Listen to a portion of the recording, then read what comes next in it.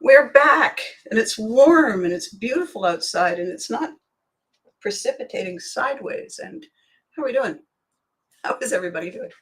All right, I'm Abby Haggard, and I kind of got a little rushed. I got a tiny bit sidetracked, and I looked at the clock and I thought, oh, scramble, scramble, scramble. And so I'm Abby Haggard, and once upon a time, a long time ago, in a far off land, um, I played a mom on television, and then I played some Care Bears and a whole bunch of other stuff. And that accidentally landed me in the public eye, uh, much to my surprise, wearing that outfit. And what I have been doing for the last 7 years, this is just a recap for people who are just joining us from the new platforms that I've signed on to. So exciting! Um, I decided 7 years ago ish that it was time to look at the way people were not handling rapid change well. Technology is an extraordinary thing, and sometimes we love it, and sometimes we wander around muttering under our breath. I know I do.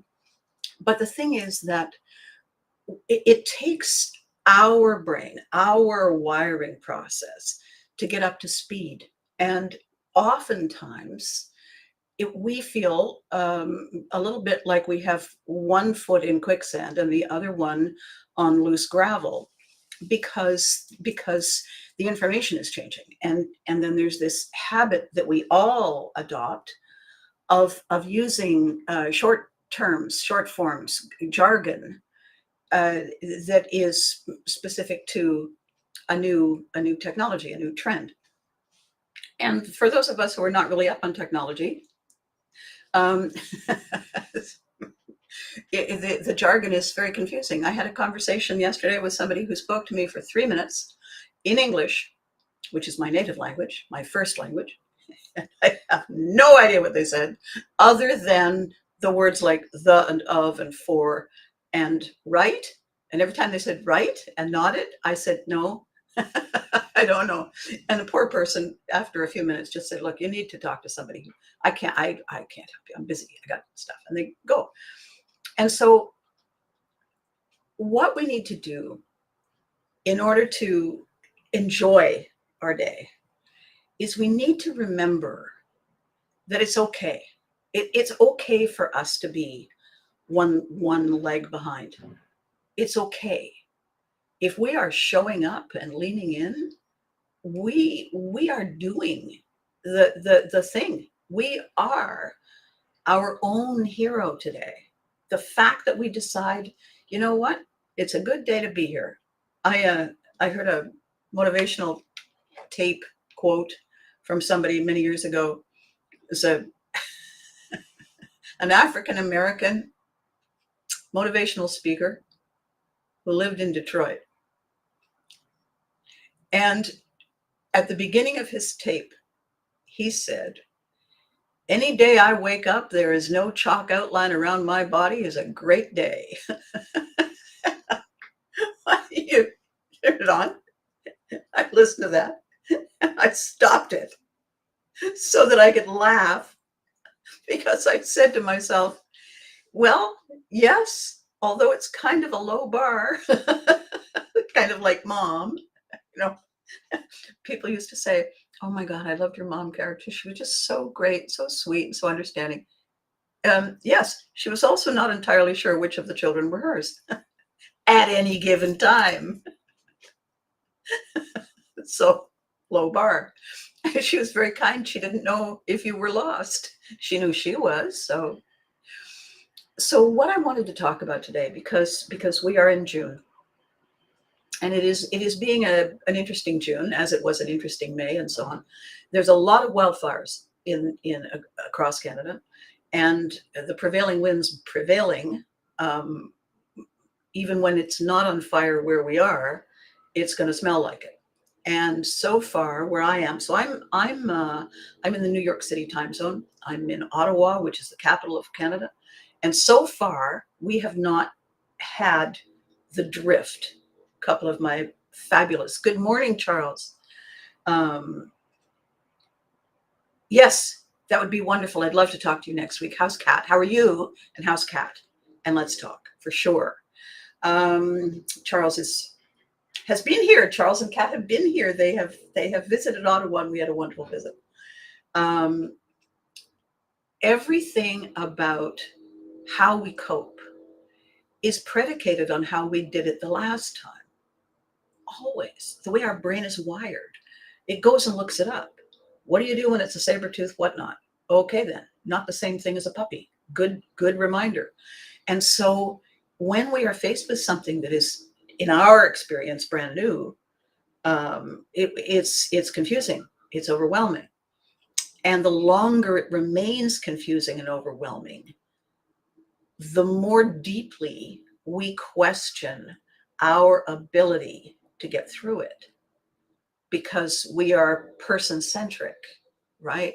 We when we first went to school as children, was a huge surprise when we realized that there were a whole bunch of other kids who thought they were the center of the universe. Clearly not, but and so and everybody shared the same surprise. What do you mean? What do you mean? What do you mean? I. And so when we are in a place where we're uncertain, and when we are in a place where it's a lot of hard work just to maintain, this is when we need heroes. This is when we need our heroes. And when I use the word hero, I don't necessarily mean with a sword and a shield and a horse, and I don't necessarily mean somebody who says, I'll save you.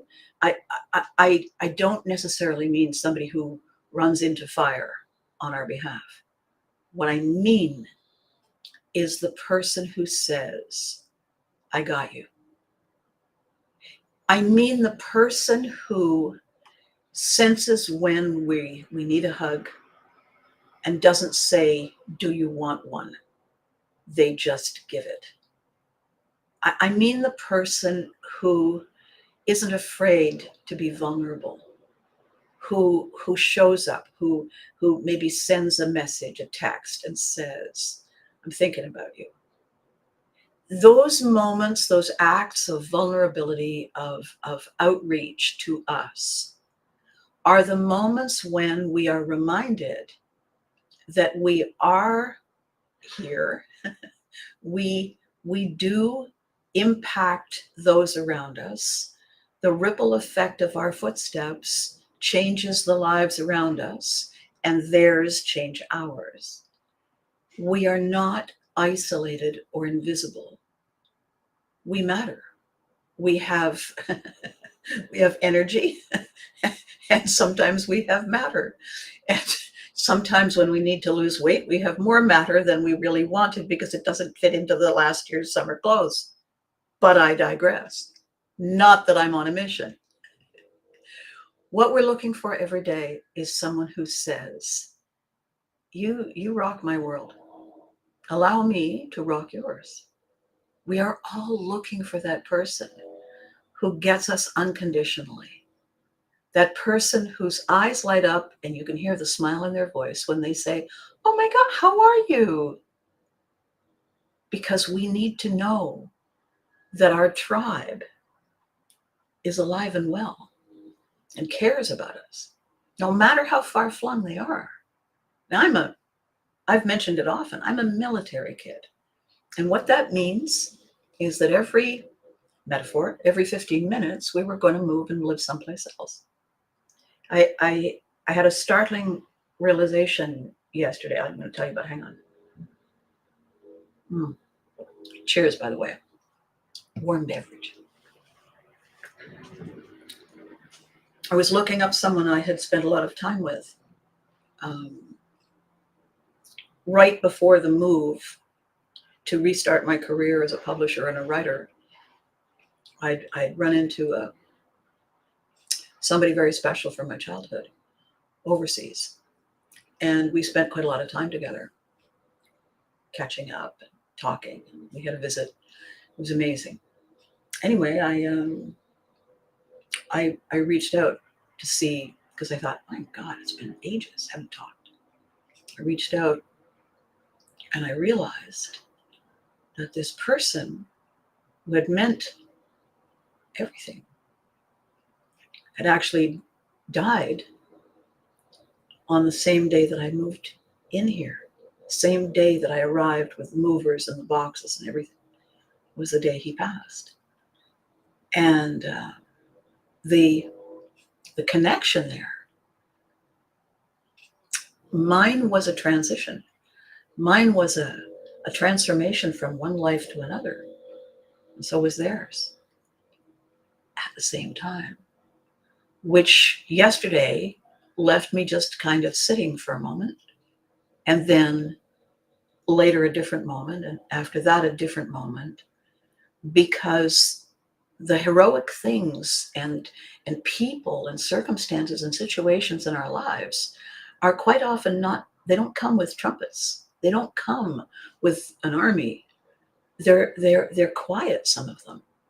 I mean, when we spent our time together before my move, it was crazy, and it was hectic, and it was funny, and it was exciting to reconnect with someone who had walked beside me, and I had walked beside them for a really important time.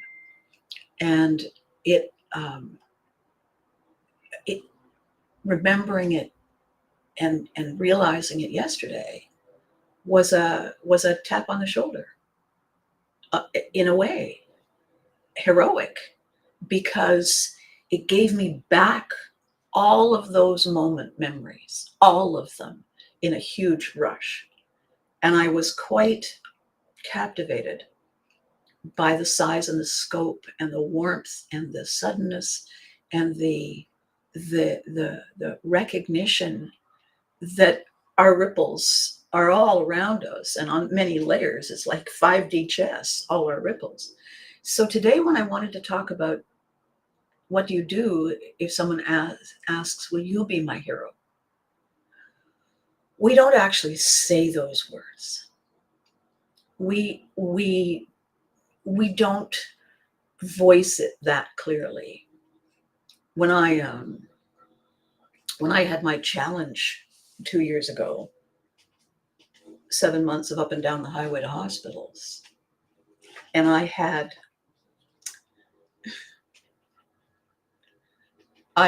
one of my heroes reach out and say, call me right now, do it again tomorrow, right now. And I was exhausted, but what what the instruction was, excuse me, what the instruction was I'm here to ground you. You'll get me next time. And our heroes do that. Our heroes put things in context. We get caught up and carried away with the small details. Some of them are cheese doodles, some of them are essential, but really, they're all small details. And tomorrow we won't remember half of them unless we wrote them down in our later folder and dealt with them. We get carried away with those. It's so important that we have those heroes in our lives who have the power and the ability to go tap, tap, and bring us back to ourselves. That's what I mean. What would you do if someone asked you, would you be my hero?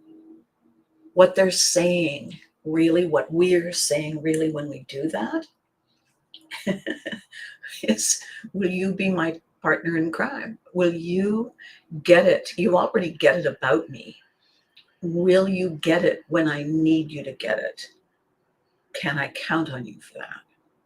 We already know the answer is yes. We just need to make sure we ask it out loud and then we hear them say it. And sometimes it isn't somebody we've known forever. Sometimes it's somebody we've only known a short time. But the minute we meet them, we know. The minute we meet them, we say, you're my person. Okay, then. And then we wait for the time to say, will you be my hero? And try to keep our fingers and toes uncrossed until they say, what are you kidding? Of course, absolutely. You didn't need to ask me. And how we do that and why we do that is because we may not be Group animals, I'm not really comfortable in a large group of people all doing a thing together. I like doing events for people who like being in a group together. But I'm more comfortable with a small collection of people, because I was raised as an only child, and I wasn't raised surrounded by lots of noises and voices and whatnot. So when somebody asks me, and when I ask them, what I'm saying is, in a funny way, you complete me. In a crazy way, it's your energy and it's your ability to hear me in the way I need to be heard. It's the shorthand language we use together that allows us to connect in front of other people and not be heard. It is a feeling that we are safer, because the human is safer in numbers, even if we enjoy our solitude. I spend so much time in here creating on my own, and I love it. I could find a billion reasons to go out and mingle. I love it here. I've built this little sanctuary space that's bright and colorful and eclectic and me. It doesn't mean I don't need a hero. It doesn't mean that just because I'm strong and independent and stubborn and colorful and unexpected, that I don't need someone who gets me. We all do. So one of the stories today that I want to tell you, hang on a second.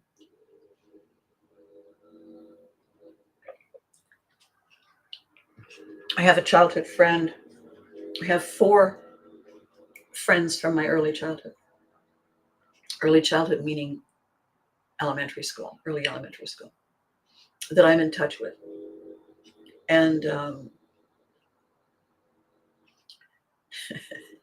one of our shared stories, we attended a military event, and it was an elaborate cocktail party. We were in our early teens, and we got all dressed up, and we looked fabulous with our little princess heels and our lipstick and our nail polish and our little dresses and our white gloves. And it was all, officers club, very shishi.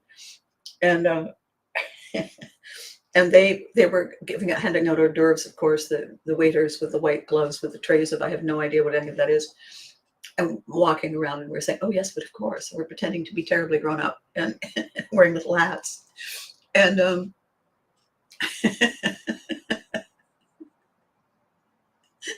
so there was something on a tray, and I said, oh, that looks lovely, thank you. And I popped it in my mouth and immediately regretted it, because what it was bacon. I didn't regret bacon per se. And inside the bacon, there was something cooked along with a very sweet pickle, also cooked. And when I say cooked, what I mean, that wrapped inside that bacon were 2 pieces of edible food that separately and together had a combined temperature of 5 degrees less than hell. And as I popped it in my mouth and pulled out the toothpick, holding it together, the bacon unwrapped itself, darling, and then rewrapped itself around the boiling hot stuff and my tongue. And my brain said, spit it out, spit it out, spit it out, spit it out, spit it out. And my tongue, which couldn't say anything at the moment because it was held hostage, was agreeing vehemently. And there was no way. So I turned. There was a large potted palm of some sort. I turned and I said, Maggie, you invented. And my girlfriend said, a what? And I turned and I leaned over the couch and I went, foo. And I, can you picture? Of course you can. If you can remember Mom, you can picture it. I'm in a little dress with white gloves and a hat. And I, whoo, and then I took her drink, and I drank it. And my tongue was basically sending signals to the brain saying, thank you, thank you, thank you. So the two of us immediately vacated the spot because nothing to see here, nothing to see here. Whistling, we went outside. A while later, though, perambulating the place, we find ourselves back in the same spot. We're walking along arm in arm. And I said, oh, no, we can't sit there. That's where that old oyster is. Not realizing that there was an elderly woman sitting right there. And I said, no, not you, no, there's another. And then I thought, no, shut up. I said, I'm sorry, we went away. So over the years, periodically, we don't see each other. Periodically, the opportunity will say, is that a parking space? Or what about that restaurant? And the other one of us, pulling out of the memories of our lives, says, no, not that old oyster. Let's go someplace else. And the thing is, all the years disappear. And we laugh at the madness of our childhood and the fact that all this time we have been each other's hero. That's what I mean. The hero that is needed and wanted is the hero who knows how to take off our hat and pull out the rabbit and wink and say, imagine that. We need with us, for us, someone who completely gets it, has a completely inappropriate sense of the bizarre, and knows exactly when to pull it. When I was going through my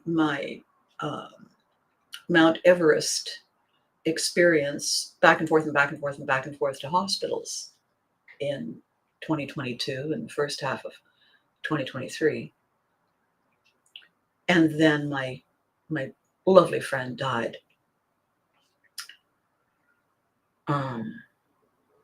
I sent her a note, and I said, because I had let her know what was going on, and I sent her a note, and I said, it's done. And I don't know, half an hour later, the phone rang, and she said, how many days do you need to deal with the legal stuff?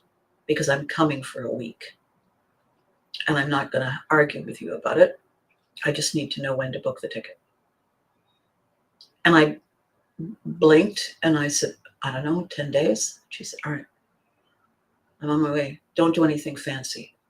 And I said, like, I have the energy. And she said, you know what I mean? Don't do anything fancy.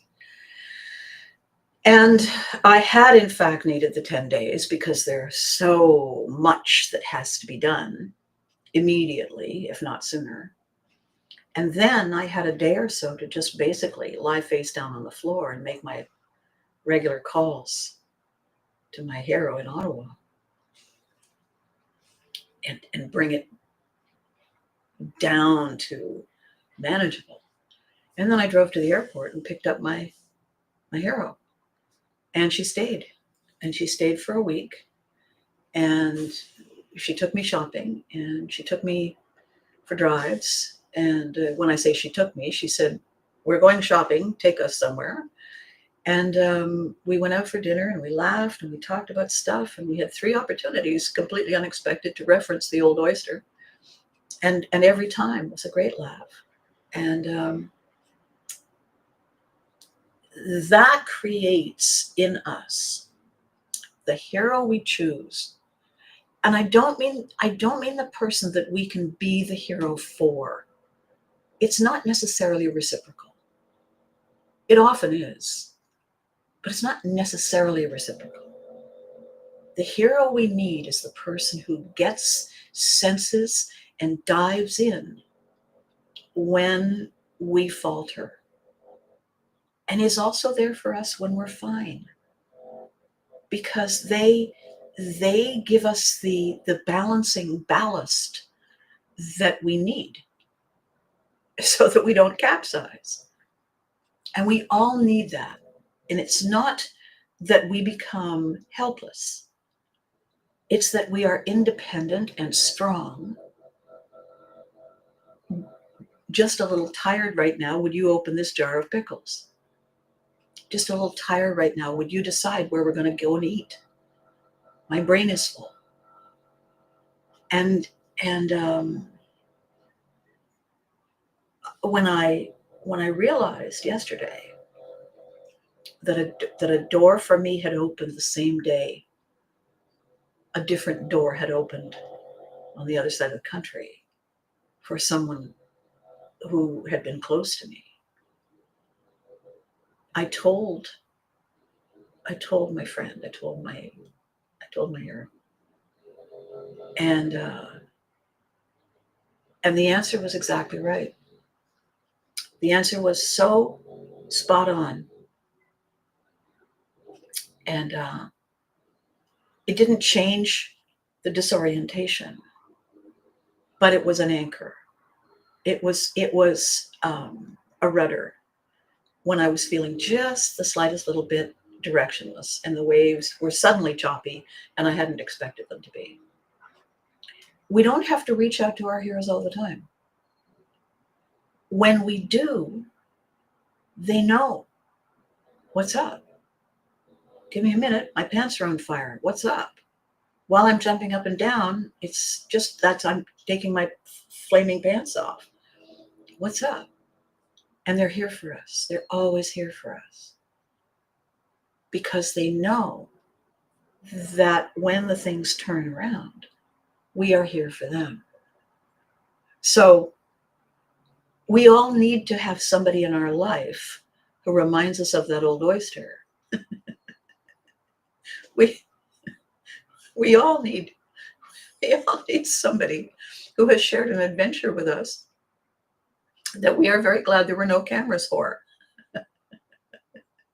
Things that we don't ever really want to, not that it was terrible, possibly a lack of judgment in a moment. We need that witness to it. We need to be able to look at somebody and say, right? And have them say, I know, because it validates us. And all this stuff I'm seeing, it is not conversation with my person, my producer the other day. I said, I just read a thing you might want to read because it's a description that may help you see that weird thing you do, that's kind of a universal. It's not you. You can stop beating yourself up. I mean, beat yourself up. Like, don't keep doing it. But it's not your innate flaw that makes you, unworthy of care and compassion and belonging. It's a universal. See, read it. And so they read it and said, huh. I said, I know, right?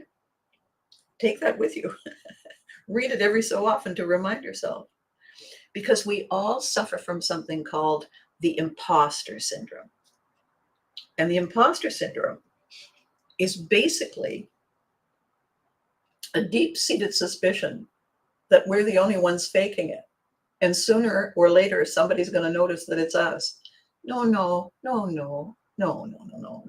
We're all faking it from time to time, all of us. I have become renowned for saying, well, they love it in New York. Hoping people believe that and then carry on. And why do we all have these moments? Because we're human, we're flawed, we're imperfect. We got an instruction booklet that was written in invisible ink, and we're guessing 99% of the time. Imposter syndrome. Everybody has this idea of what it's supposed to look like. I'm noticing we're all tripping over all these people who are talking about manifesting. You do this, and if you do that, It will come. And I was talking with a beautiful friend that I have, a therapist who, she's not my therapist. I'm hers in a way. I help her with her written content. I have a client who's a therapist. So, and I said, why do people feel inadequate? And she said, because there's two kinds of people in the world. There are people who are externally driven, externally motivated, externally influenced. And there are people who are internally driven, motivated, and influenced. Usually it's a hybrid. Usually there's a crossover. But the people who have very few inner resources spend a great deal of their time saying things like, I'll know how I feel about it when I ask everybody. It's not that bad, but that.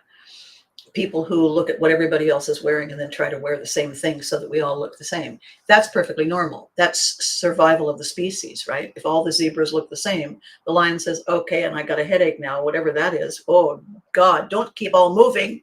Ugh. I think I'll go eat that instead. Whoa. So the idea of look alike, act alike, move alike is an ancient survival mechanism.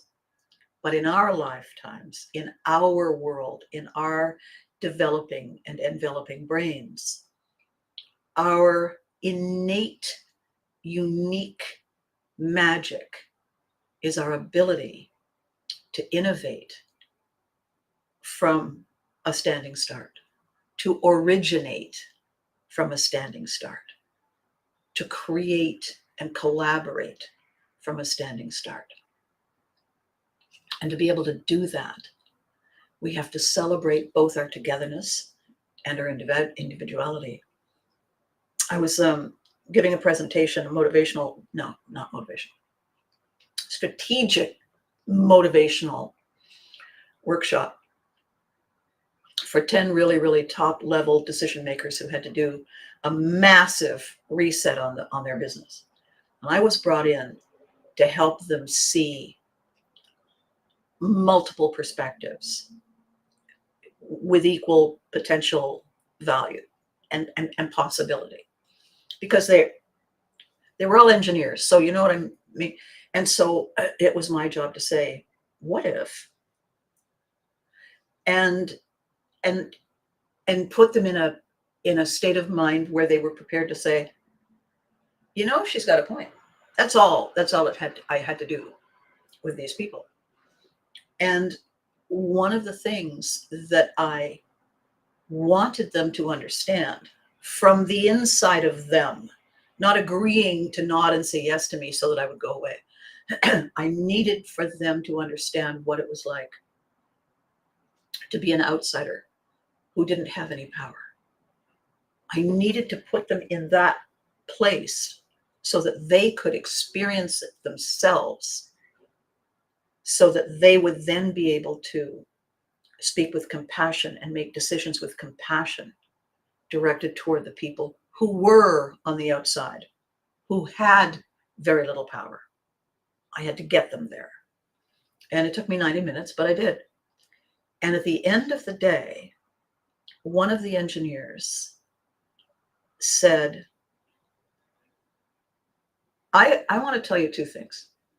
The first is that I would have bet all the money that your exercise wasn't going to work. I had told the organizer, you're wasting our time. And so I want you to know that I said that. I knew who you were. And I said it anyway because I meant it. Because I did not think you could possibly understand what it was like to be us. And I said, thank you. Thank you for sharing that. And he said, and I was wrong. And I want you to know that I'm aware that I was wrong. And it matters to me that you understand, that you hear that, not you understand it, but you hear that, because there's room for the work you do. And I said, well, thank you. This is a long time ago. And here we are restarting it, right? And the other thing he said was, one of the most interesting moments in my life, this guy and I had locked horns right at the beginning. And I had said in my opening remarks that the opportunity here as this team of 10, the magnificent, was to allow ourselves to bring a completely different perspective to the conversation so that this decision-making team could truly tap into their individual personal points of view. And this guy had said, haven't you heard? There's no I in team. And I had said, that's because there's 2 in idiot. And the other 9 guys found that to be one of the funnier things they'd heard that year. And so we were not, I didn't even hear it coming. That was my guy in the back hands up the thing to say. No I in team. That's because there's 2 an idiot. And so at the end of the day, this man, very senior guy, very successful man, a highly respected man, he was not only willing, he was happy to tell me how cool it was to set his ego aside and talk to me and tell me all the things and the feelings he'd had and the attitude he'd had and how eye-opening it was to work with me. And one of the last thing he said, because they're all thinking, me and the organizers going like this, because it was a big, it was huge. It was a multi pile of money thing that was either going to work or not, and I was the opening act. And when I left, that guy, the one I locked horns with, said, "You're my hero," and I said, "You're mine," and I walked away. And the thing is, that is who we need. Who we need to be our hero is the person who gets us and challenges us and hugs us and loves us no matter what. When we buy in and we show up and we lean in unconditionally, that's when we get to wear the hero patch on our cape. Because we get them as much as they get us. And that's how this works. When somebody says, it's a very brave thing. Good morning, Daniel. Good morning, Jeremy. I'm reminded that periodically I see a post on social media. And it's a very brave thing to do, to use social media to say, I'm really struggling here. It's not so much a cry for help as it is an echolocator. Is anybody out there? Is anybody in here? I'm not doing okay. Doesn't mean that somebody on our behalf necessarily has to call 911. It means that it's a pinging device. It's a pinging device. And when I see a ping and I know who it is and I send a message back, mostly the purpose of the message is not the content of the message itself. It's letting them know they're heard, they're seen, they matter, they're not the only one. This just happens to be their darker moment than the next one. And the reply is saying, I got you. And those are our heroic moments. I had a lively conversation yesterday, a texting conversation with a semi-retired troublemaker. I think that's fair. A semi-retired angry young man who has shifted focus. And we were talking about the rhetoric and the noise. And I said, if I'm walking down the sidewalk and I see that somebody has dropped something messy on the sidewalk, If I can, if there's something, I'll do something to clean it up or make it less of a threat. What I don't do is stand in it. I don't say, yeah, I'm going to stand in this so that I can experience it. I don't need to stand in it. I don't need to have it on me and wafting with me aromatically down the road for the next 3 days. I know what it is. I know what it smells like. I know what it's caused by.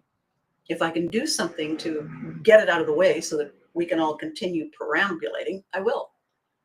But I don't roll in it. That's what dogs do, and then bring it home. Hi, look what I got. Look what I got. And so we were having that kind of conversation, and this former rabble rouser saying, I kind of like it. And I said, well, of course you do. Have you looked in a mirror? I don't have to like it. He said, yeah, you don't have to be harsh. And I said, well, why not? You're harsh. Oh, okay. He's a brilliant guy. Brilliant guy. I love the debates. And the thing is that these are our heroes. Somebody calls up and says something randomly stupid at you, and you say, no. I had another thing happen yesterday. Completely random, weird experience. Makes no sense to me. After it happened, what the hell is that? After it happened, I thought, excuse me for a moment, I need to go and look in the mirror and see if I'm still me, because all of that exchange was directed at somebody clearly not me from my perspective. So I went and looked in the mirror. No, it's still me. And I came back and I thought, all right, no need to dwell. That's one of those things on the sidewalk. Moving on. Periodically, though, because we have our small, is it safe on the Serengeti moments, I wondered if I had given off any kind of random accidental signal of some kind that made their behavior logical. And I thought, no, I didn't. That's all them. And this is the other part of the hero that we need. The hero that we need is somebody who says, okay, but that's them, right? Like, clearly, they're having an interesting day. Their filter on the world sees everything purple, and that's not you. So when they spoke to you as though you were purple, you were confused, as were they. And what you do is you say, excuse me, I have a plane to catch, a train to catch, someplace else I need to be. And when they, as this individual did, continued, then you move out of reach, you move out of harm's way. Because the filters we see the world through are our filters, and they're based on all the things that happen to us. And other people don't know about those things. Unless, like my childhood hero girlfriend, if she understands what I mean when I say, let's not sit near that old oyster. I'm not denigrating food. Well, I am, but she resonates and she understands the context. So I think where I want to end this today is by saying, when someone says, will you be my hero? Not will you be my hero, but will you be my hero? Because that's how I worded it in caps. Will you be my hero? What they're saying is not, I'm helpless, carry me. What they're saying is, you are my person. Did you know? You are my person.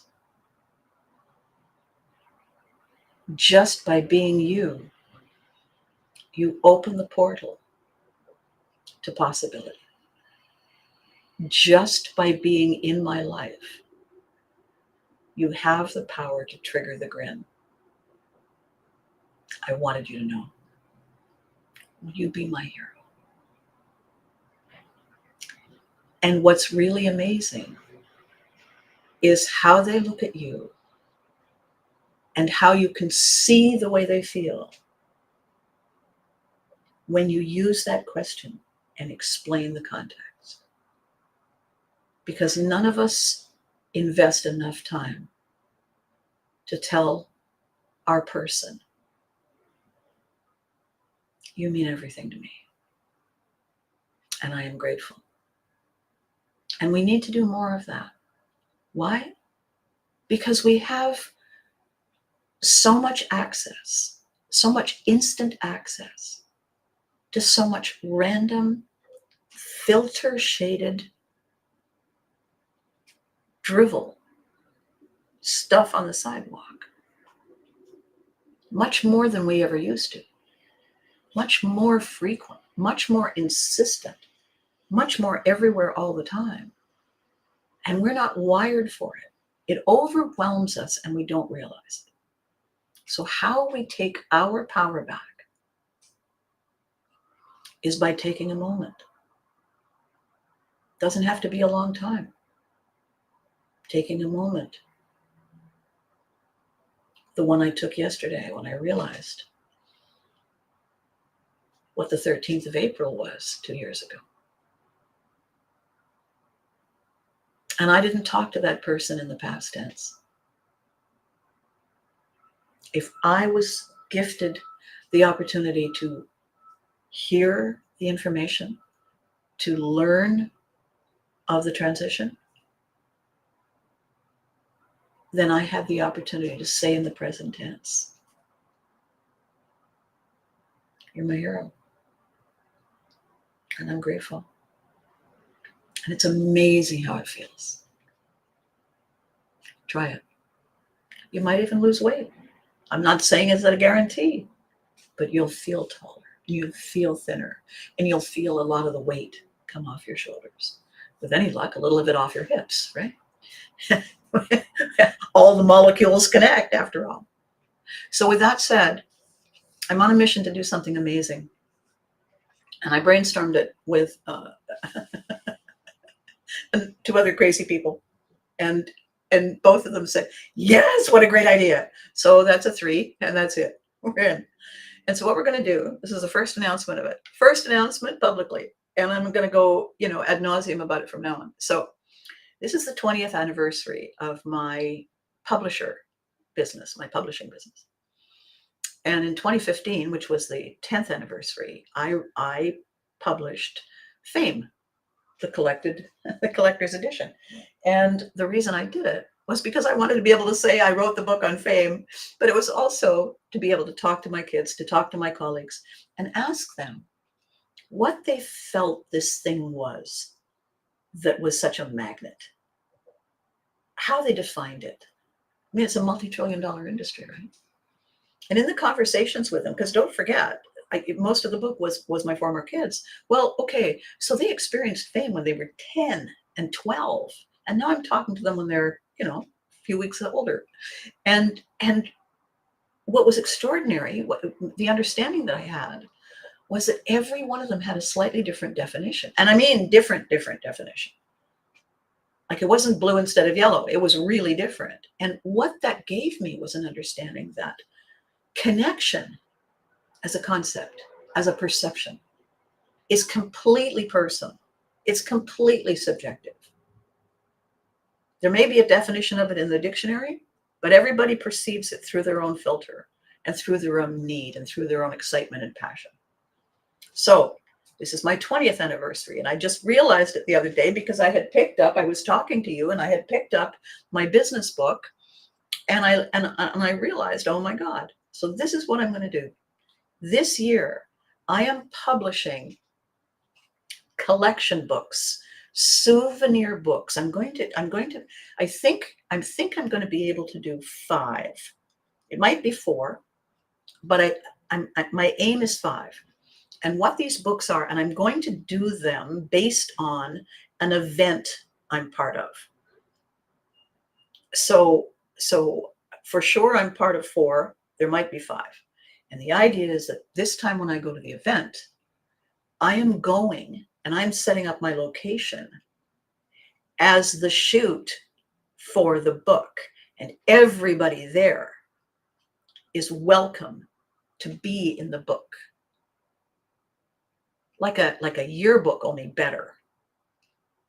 Pictures, but pictures with me, with feather boas, with banners that show the kids show and the Care Bears and what, like live, interactive, crazy, fun, dynamic pictures, right?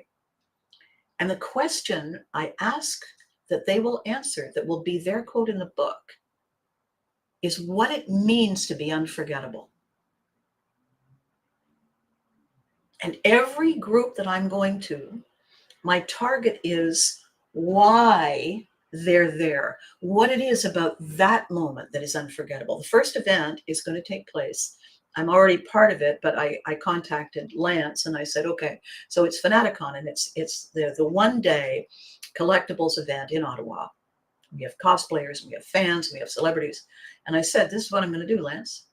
This is the first one. This is the flagship book. And everybody who comes to my booth this year, I'm going to feature in that book. And on the back cover, we're going to get a group shot of you and your incredible team of volunteers who make this incredible show happen every year. And he said, alrighty then. Let me know when you're ready and I'm going to dig in and help. And right after that, talking to my photographers, talking to the volunteers, the event organizers, the celebrities, the participants who've worked with me before, the admin people, the tech people, every single one of them saying, okay, how do we do this? How do we make this happen? And it's so exciting. And then I reached out to this other incredible person I'm working with. And I said, you know, all those people you deal with, all those famous people you deal with, I want to do this with them, with those stars and all the rising stars. I want to make that a collectible. I want to make that a book and have these massive famous stars and the rising stars get together in this book and tell us what it means to be unforgettable. I'm bringing everybody together in their books. We're going to do the book launch in November. So we're going to try and do it in person and virtual. Big gathering. Why? Because we, in that moment, become everybody's hero. In that moment, in that space, in these books, the outcome, the outpouring, the desire to collect these books and say, this is my, and they're right next to, oh my God. This is where the magic lives. We're all in this together. We're all unforgettable. Even Mom. So that's the project, boys and girls. That's what we're on. Is this Pivotry in motion? You bet. Is it We Are the Unforgettables? You bet. Is this 1 degree from flow? You bet. Every single person who walks into our booth, bam, in flow. All the other stuff becomes just stuff. We leave it at the curb.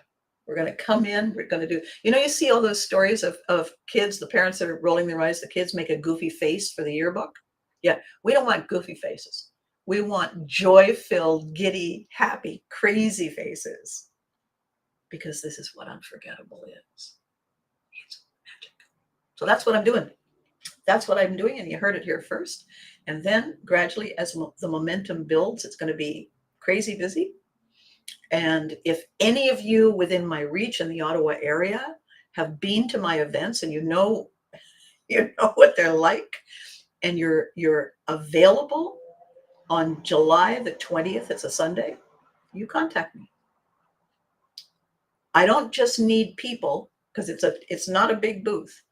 I need people who understand what that means, what that entails, right? So if you want to get on board and see this thing happen, if you're not available for July, you know what I need? I still need a videographer. Okay, I still need somebody to capture stuff that we can throw up on the internet as it happens. I still need that.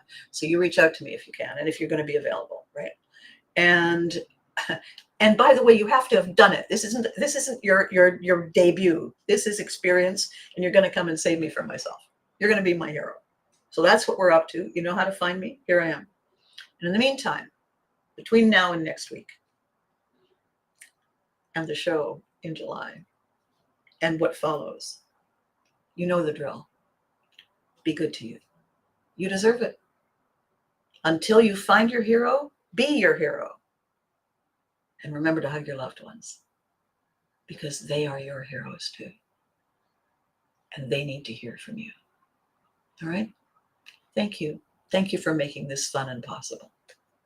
And I will catch you next time.